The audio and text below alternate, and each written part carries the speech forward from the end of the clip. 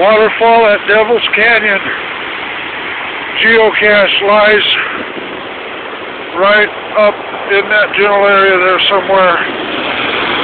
This is probably, I know that this is the first and probably the only time that I will ever see this waterfall running in this manner. This rainstorm that I'm standing in right now will probably, is actually being stated now already as the largest rainstorm in the history of Arizona.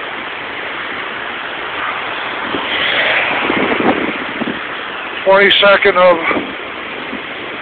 January 2010.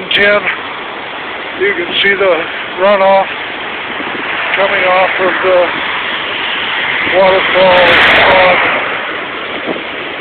the south side of Highway 60 here, coming down off of the mountain at the waterfall on the north side.